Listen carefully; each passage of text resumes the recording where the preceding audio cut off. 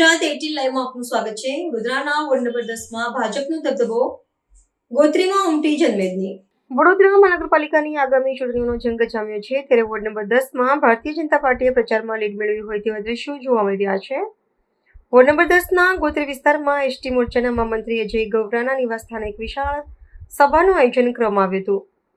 આ સભામાં ગોત્રી વિસ્તારના રહીશો મોટી સંખ્યામાં ઉમટી પડ્યા હતા। સ્થાનિક લોકોએ ભારતીય જનતા પાર્ટીના ઉમેદવારોના સમર્થનમાં સૂત્રોચ્ચાર કર્યા હતા અને આગામી ચૂંટણીમાં ભાજપને જંગી બહુમતીથી વિજય બનાવવાના સંકલ્પ સાથે પોતાનું સમર્થન જાહેર કર્યું હતું।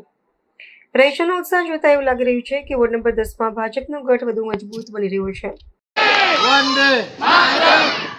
આજની આ ચૂંટણીલક્ષી સભામાં આપણી વચ્ચે ઉપસ્થિત આપણા વોર્ડના 4 ઉમેદવાર, જેમાં 2 ઉમેદવાર એવો કાઉન્સિલર તરીકે ફરજ નિભાવી છે એવા નીતિનભાઈ જયંતિકુમાર ડોંગા, બીજા આપણા જે છે એ અવનીબેન સ્ટેમ્પવાલા, ત્રીજા આપણા જે છે એ બ્રિજેશભાઈ કનૈયાલાલ કાપડિયા, ચોથા છે જે તમારા વિસ્તારના છે, તમારા સૌના પરિચિત છે, તમારા માના જ એક છે એવા મમતાબેન ભદ્રેશકુમાર વ્યાસ, અને જેઓએ પૂર્વ કાઉન્સિલર તરીકે પણ ભૂમિકા નિભાવી છે એવા લીલાબેન મકવાના, મારી સાથે સતત ભારતીય જનતા પાર્ટીનું 365 દિવસ કામ કરે છે એવા અમારા વડીલ મુરબ્બી જનકસિંહ સોલંકી કાકા, વડોદરા શહેરના મહામંત્રી સુરજભાઈ પરમાર, કાર્યકર્તાબેન તરલિકાબેન રોહિત, તેમજ જેના માધ્યમથી આટલી મોટી સભાનું આયોજન થયું છે એવા મારા મિત્ર વડોદરા મહાનગરમાં એસસી મોરચાના મહામંત્રી એવા અજયભાઈ ગૌરા,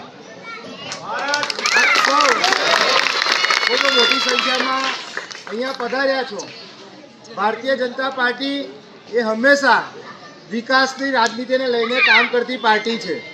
અમે આપ સૌ સમક્ષ કામ કરીને મત લેવા આવ્યા છે।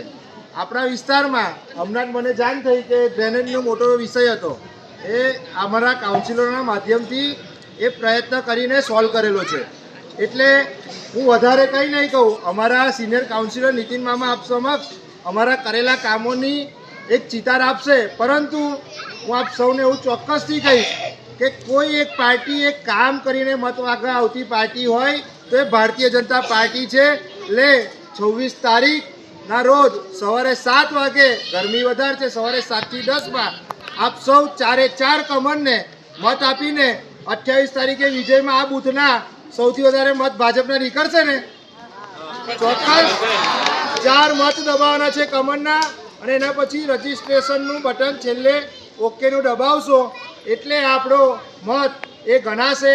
એ સૌ આપણી મોટી સંખ્યામાં ઉપસ્થિત રહ્યા છો, સૌનો ward number 10 Bharatiya Janata party પરિવાર તરફથી આભાર માનું છું, અને આપ પાસે મત માગવા આવ્યા છે। આપ સૌ ખૂબ મોટી સંખ્યામાં ઉપસ્થિત રહ્યા, સૌનો ખૂબ ખૂબ આભાર। આજે વોર્ડ નંબર 10માં શિવમનગર ખાતે 4 ઉમેદવારને સભા રાખવામાં આવેલી હતી, જેમાં 300 થી 350 લોકો ઉપસ્થિત હતા।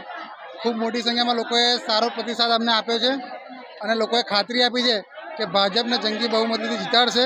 4 ઉમેદવાર અમારા વોર્ડ નંબર 10માં અવ્વલ આવશે, પહેલા નંબરે આવશે તેવી ખાતરી આપી છે।